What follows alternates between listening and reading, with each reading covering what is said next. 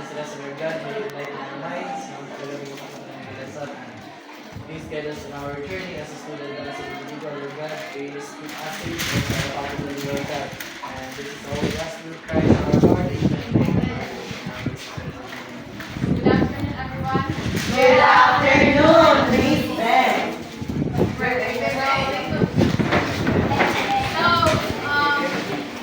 Today we're going to tackle about the language of poetry. So everyone is familiar naman ako sa poetry. Anak ko po. So poetry familiar kung pagpanan nino. So ang labanda ko kaya kayo pa. It may be said that we inherited poetry from the universe. So we inherit poetry from the universe. So creation was set in form and framed in poetry long before man became a part of it. So consequently, poetry is often regarded as a mystery in some aspects. So in this unit, we shall look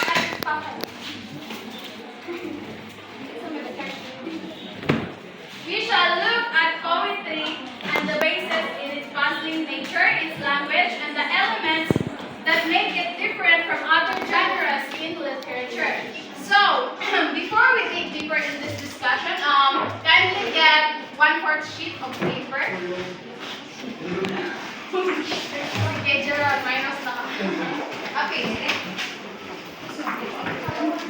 So, okay, get 1/4 sheet of paper. So, natin activities in 5 minutes. Basta, balik mo, same naman niya. Ano ko kasi dati? Break mo muna.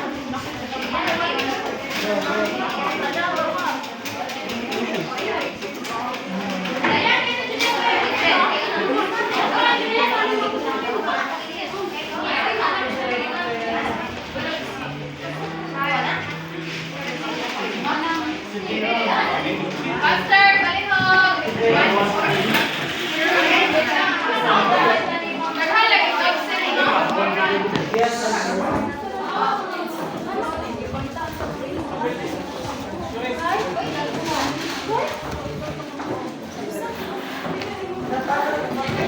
Okay, so I have 1/4 sheet of paper. Ang tabla? Where's the sheet?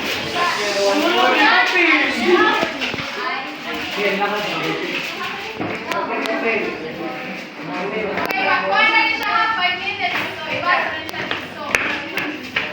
Wala, nagsisunod dito sa discussion. So, in your 1/4 sheet of paper, kahit ito mo itong activity na ito sa word na stylistics.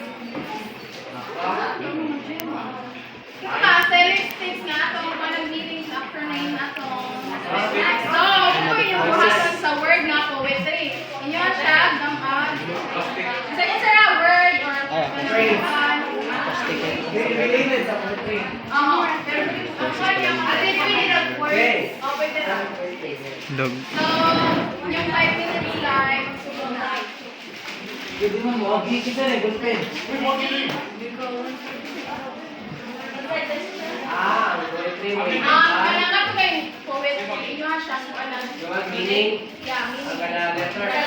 Letter.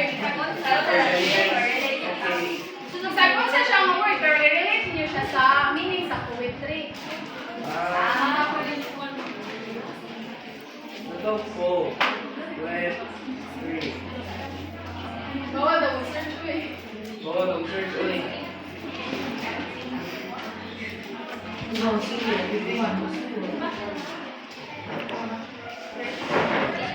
Hoy, kuhan, 3 minutes. Ha? Word sa theory. Pwede ra, word or yung mismo siya kung sa sentences ako.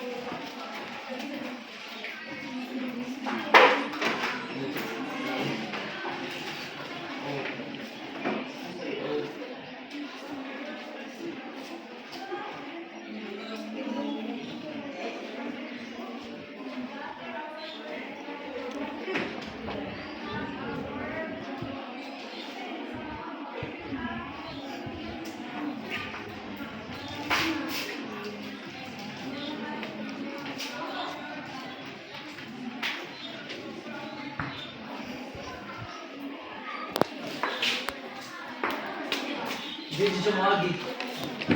Pwede. Words yan. Susunod phrase.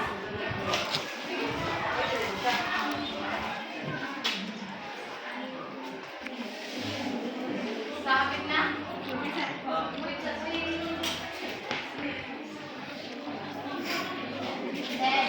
Tara.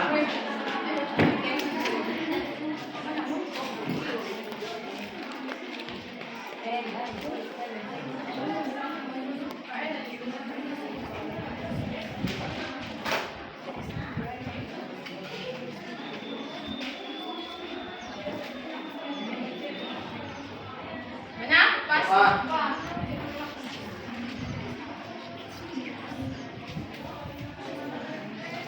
So, sige, magpadayo na lang ko kay for mag-upe,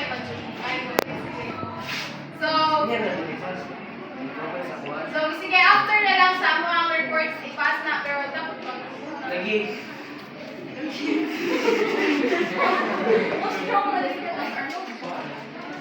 Sorry na. Sige siya ng Huwag na lang na kay Chris, ano sila? Wala ko yung suwat. Grabe ko na may nasuwak eh. Kasi hindi siya ng kuhan. Kung dito makakuha. Activate. Okay, so proceed na lang na kay wala pa kung sila nasulat. I-pass na lang na humanabi. Okay naman, Rusty pa yung nakahuman. So, like-class na lang sa Rusty. Wala siya eh. Just give me class. Wala ka Jai. Okay, so when we say Minamor, nice. O ano lagi? Kay Papa sila mga... Hindi sila Papa yan. Derek, collect na lang Byro. Asa mga words ka lang sa group right? Oy! Sige na Roy. Yun. Ilabas na ang bukan. Yonder. Yun. Sige, pare, number 5. Yes. Yo. More report. Basta po eh. Wala ko collect yung mga group mates ko. So, proceed na ko. Mag-yaw-yaw ako there mo. So, ang mga topic today is all about language of poetry.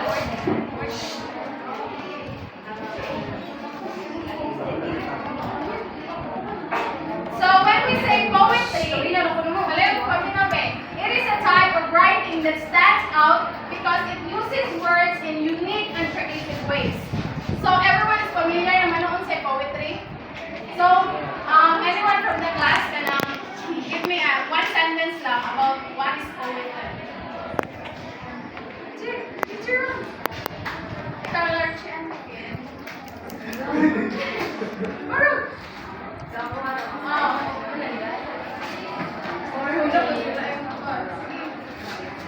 Poetry is Puti a ka. word found in Puti yan eh. Puti.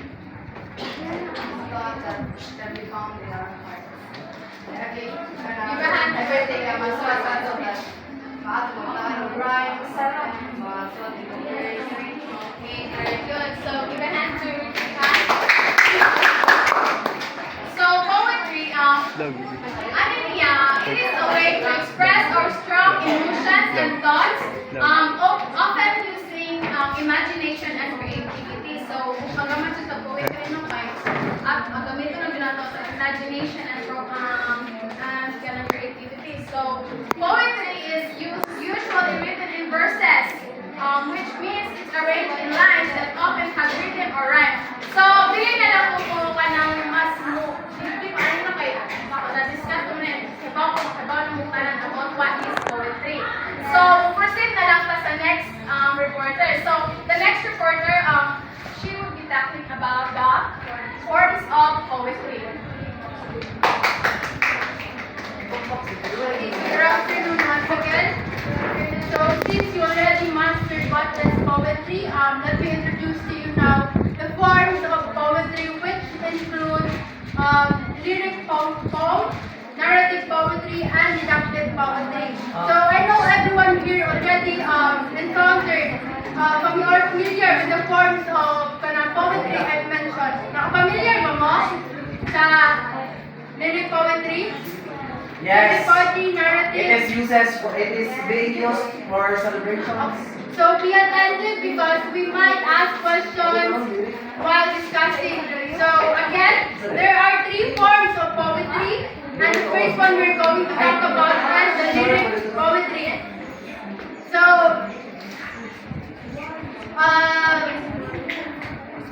may I ask someone to at least give short definition about lyric poetry?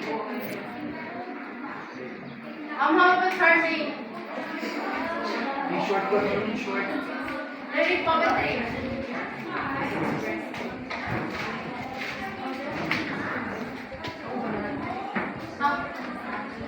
How about Pamela? Nanay. Lyric poetry. Nanay. That's a short definition sa lyric poetry. Okay, so ako na lang. So, lyric poetry is a form of poetry that expresses personal emotions or feelings. So, kanina lyric poetry, no, nandun siya ka ng melodic, ka ng mga smooth bitaw, inside ka ng oral class. So, kasi nag-oral na kayo, ang atag points sa ilang activity. Ayan ako na.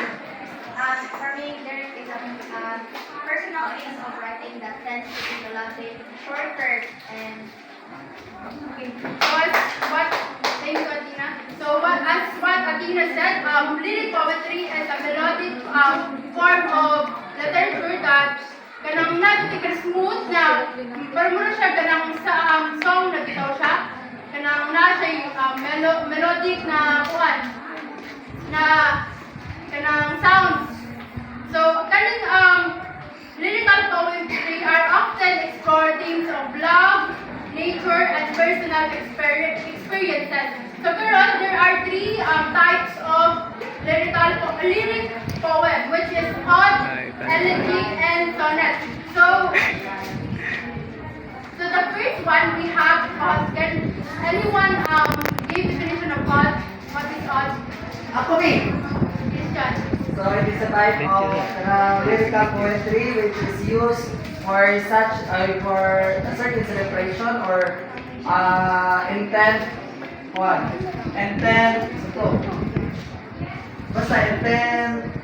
specific intent. Okay, thank you, Christian.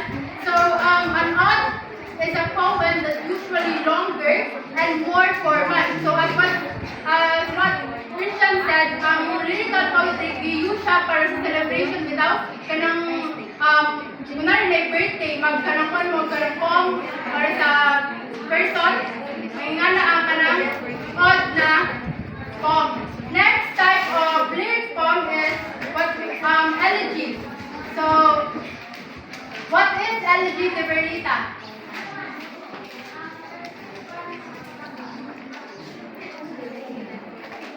Liturgy is a ceremonial manner for the death of a particular person. Okay, thank you, Tiberlita. So, elegy is a type of poem that kanang mourns the loss of someone or something. So, kung namatay na kuhan, kaming elegy, nani ka ng poem para sa kanang mga minatay sa mga kuhan, para magkwento o kanang i-expressing mo imong sorrow, imuhang ka ng loss, mga remembrance ato na kuhan. So, elegies are way honor and remember the departed, offering solace and to both poet and the reader.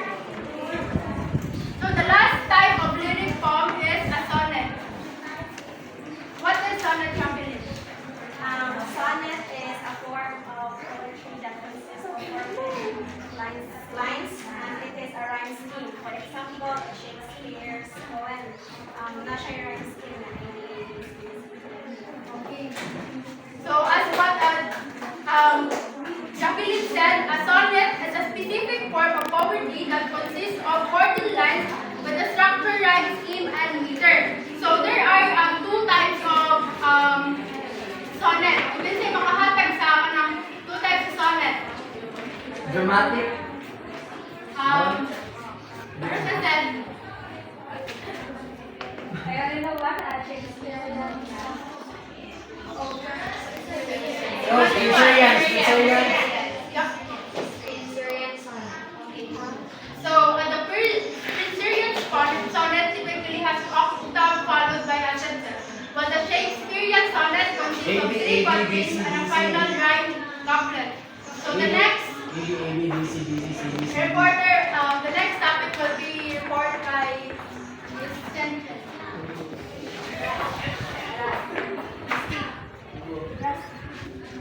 Good afternoon, everyone. So, the next forms of poetry is the narrative poetry. So, from the word narrative, what does it mean? Yes. So, narrative poetry is a type of poem that narrates a story. So, like a story, it contains a beginning and has the elements of a story. Christian is right. It is narrative poetry is telling a story. It is the oldest form of storytelling. This combines the elements of plot, setting, and characters. So, narrative poetry could be a short and long. The topic niya is pwede siya na either na story or it could be a hero underneath. And we have 3 categories of narrative poetry. Can we read this? Epic, epic, and ballad. So I know you are already familiar with epic. So what is epic? Yes.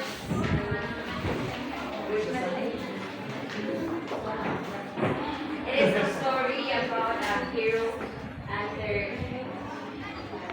Yes, correct. Thank you, Madeline. So epic is the oldest form of narrative poetry. It is technically long. So kaning epic is kung ano siya, the story ni kinakaas ni siya na story. So this is all about the story of legendary hero or event. It also talks about the good deeds of the hero that being portrayed in that story. So also may kanang give me some example of epic, please. Char. What else? Ate Kristen. Okay, very good. Si Pag si Matching. So next category is the mock epic. So what is mock? Isma. Very short. Short siya. It could be. So mock is also known mock. Dara, sige no. Sige, ras. When already starting mock epic, it is a kind of epic, but it is the characters are in a case of juxtaposition and the elements are in a elevated style, which is the mock epics with the characters are turns into being humorous or become katawa-tawa, become nag-change into parody style. Thank you, Rusty. So mock epic is also known as mock heroic. So kaning mock epic is more on kung ano siya opposite isa sa epic. So di ba ang epic is hero or serious. So sa mock epic na is change na ang serious na ang kanang character sa mock epic is kanang like this sa mga before na bitaw sa tawagan siya or ang characteristic sa hero is such a bitaw such na deliver sa mga siya na characteristic sa hero. So the last type is the ballad. Yes, Michael. It's a type of a poem or song narrating a story in a short scene.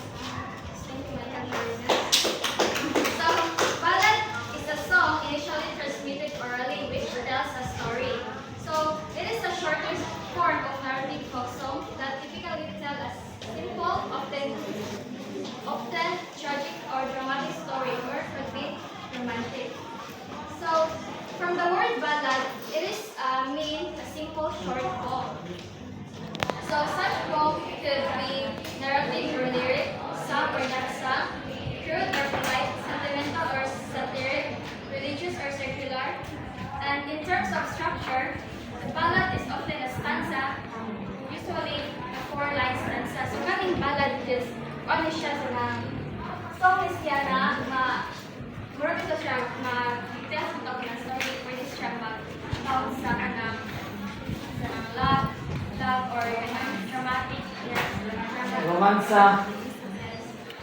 And that's all about the narrative poetry. So next form of poetry will be reported by Ms. Princess.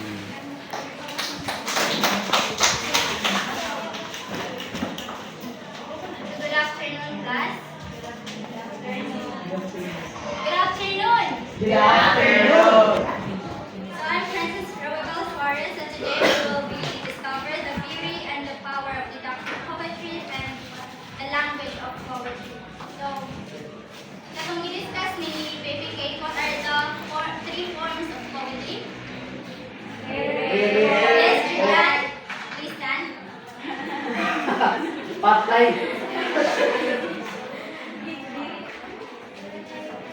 The three forms of poetry. Lyric, ode, and music. The lyrics. Sonnet! Lyrics. And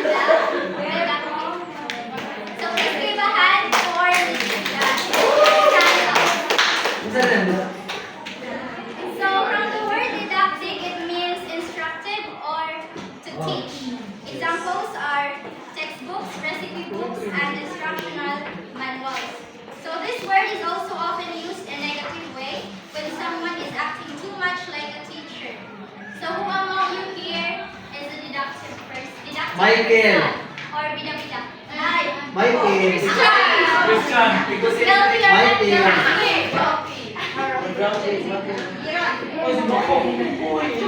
So in didactic poetry, it is intended to teach or instruct, often conveying moral, philosophical, or practical lessons. So I have here short famous poem entitled "The Road Not Taken" by Robert Frost. Charles. Please read everyone. Okay, maklaro man din. One, two, three, go.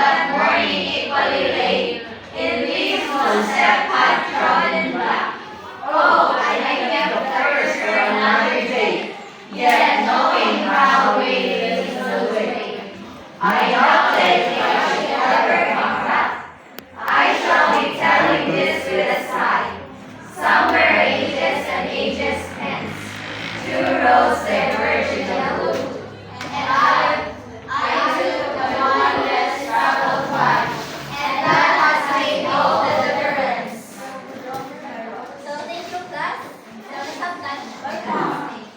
So the word road here is a didactic. It makes it didactic because it symbolizes choices and consequences relationship. The poem teaches the lesson that the path we choose in life shape our destiny. This also inspired the readers to choose right decisions in life. So, nasabtan lang didactic poetry. Yeah. Always remember that didactic poetry is often conveying moral lessons, and it is also enlighten and educate its audience or readers through poetic language. So, when we say poetic languages, what does it mean?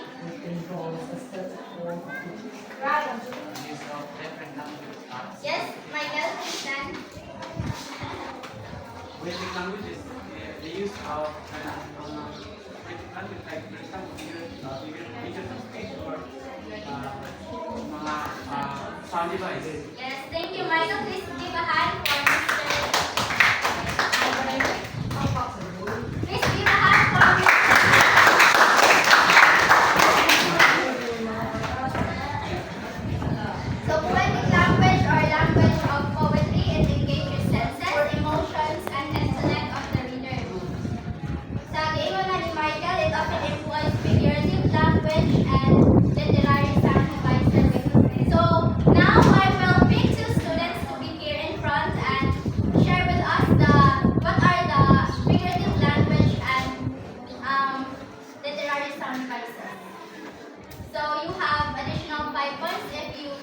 participate this for your additional 5 points to your written work.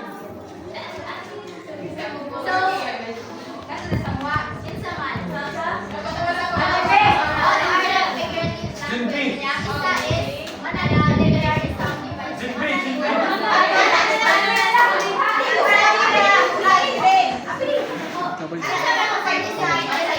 Isa is literary sound device. Ang dira kay wa pa dira kay si Ate, oh kana sa si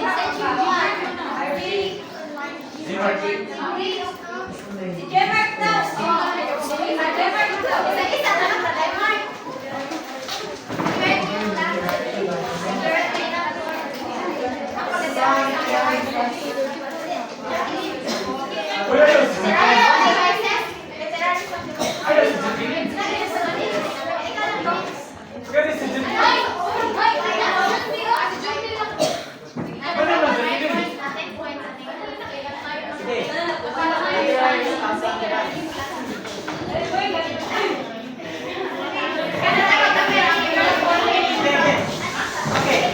Literary soundbites is kanang alliteration, assonance, consonants, cacophony, euphony, and that process onomatopoeia.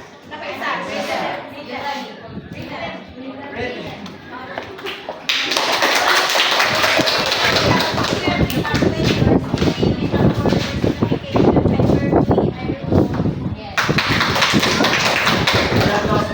So we will give J-Mark and Grace, Mommy Denisha applause. 1, 2, 3, 1, 2, 3. Very good, very good, very good. So, 1, 2, 3, go! 1, 2, 3, 1, 2, 3. Very good, very good, very good. So thank you class for actively participating. So from the poem that we've already read recently, this is one of the example of poetic language. So, everything's clear? Yes. So, thank you class.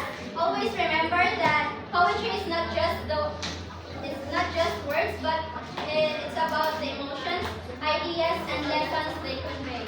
So, keep exploring, keep learning, and keep writing. Again, I am Princess Robel Torres. Thank you and good luck.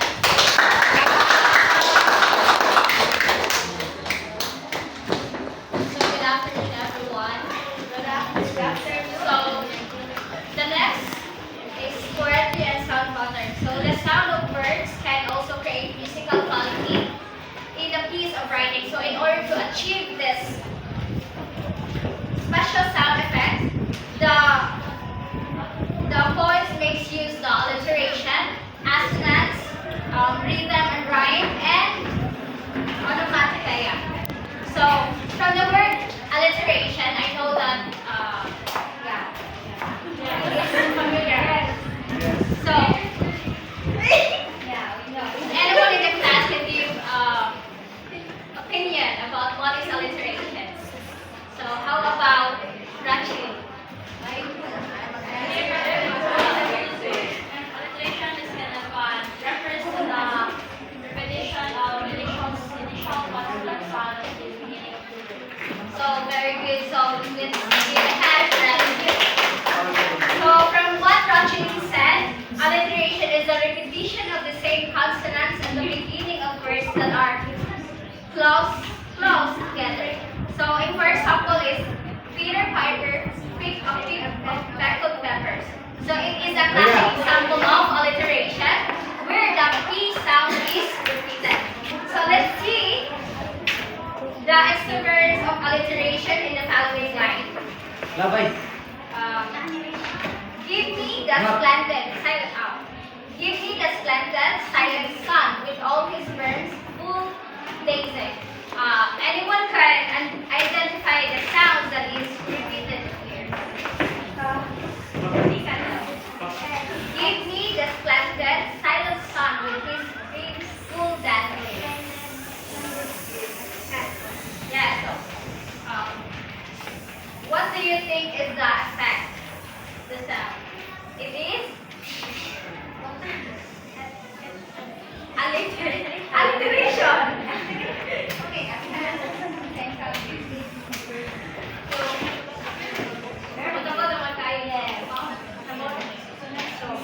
the next topic is assonance will be explained with Miss Mabel.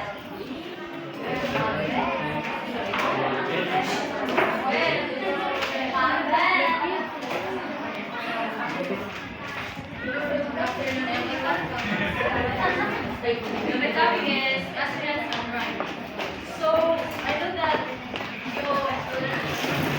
everyone are familiar with consonants. So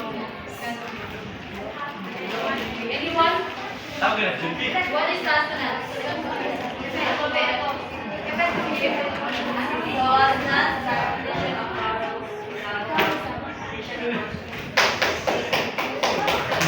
Consonants. This refers to the position of vowel words or idea. Consonant is used to add musical quality to poem. It helps in setting the mood of a poem. In general, long vowel sounds suggest either a free, joyful mood or a weary mood.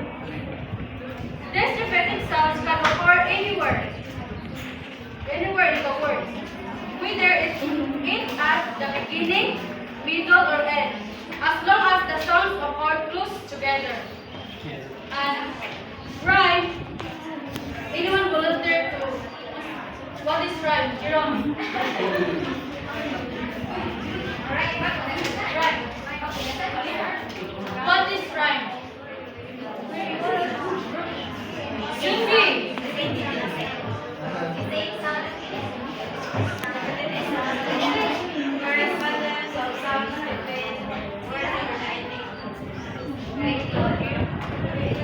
Rhyme gives musical quality poetry.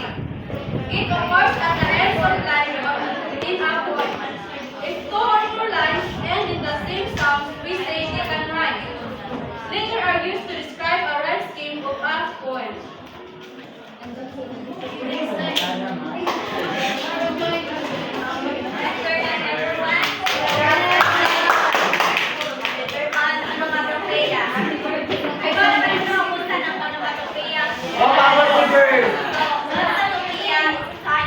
Type of word or process of creating a word that phonetically imitates the symbols or suggests the sounds that is described. It includes animal noises such as meow, roar.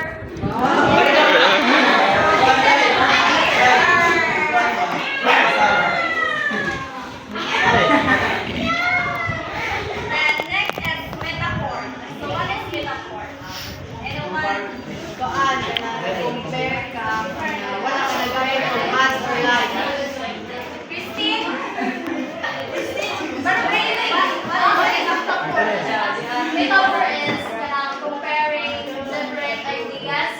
For example, his heart was a stone. So,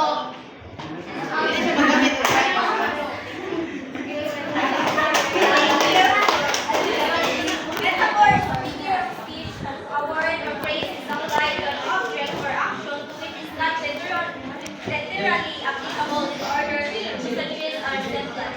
It is often used to make a comparison between two things. So, sabat ang siguro sa ng metaphor. What you guys? Next,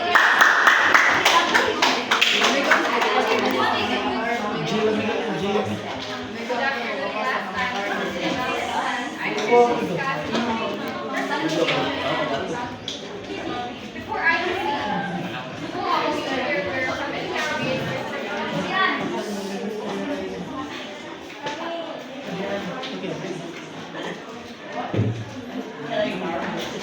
Okay, Michael, what is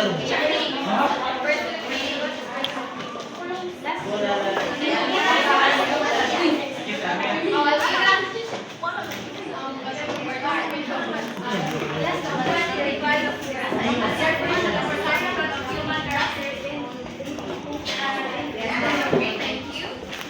Personification is human characters, qualities, or actions that human entities or subjects. This would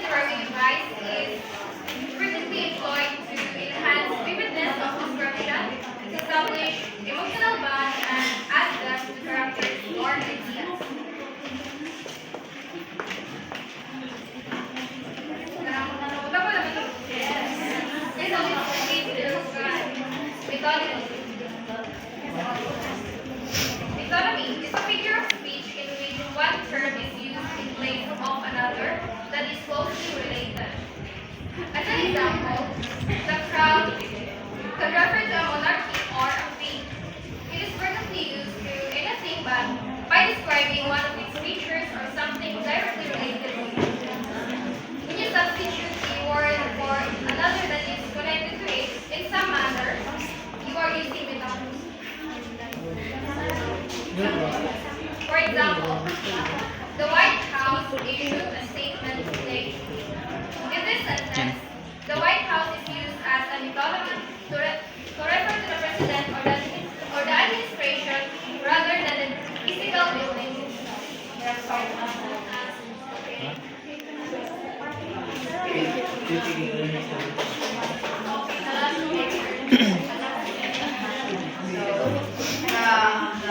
The next figure of speech is the irony. Irony is a literary device.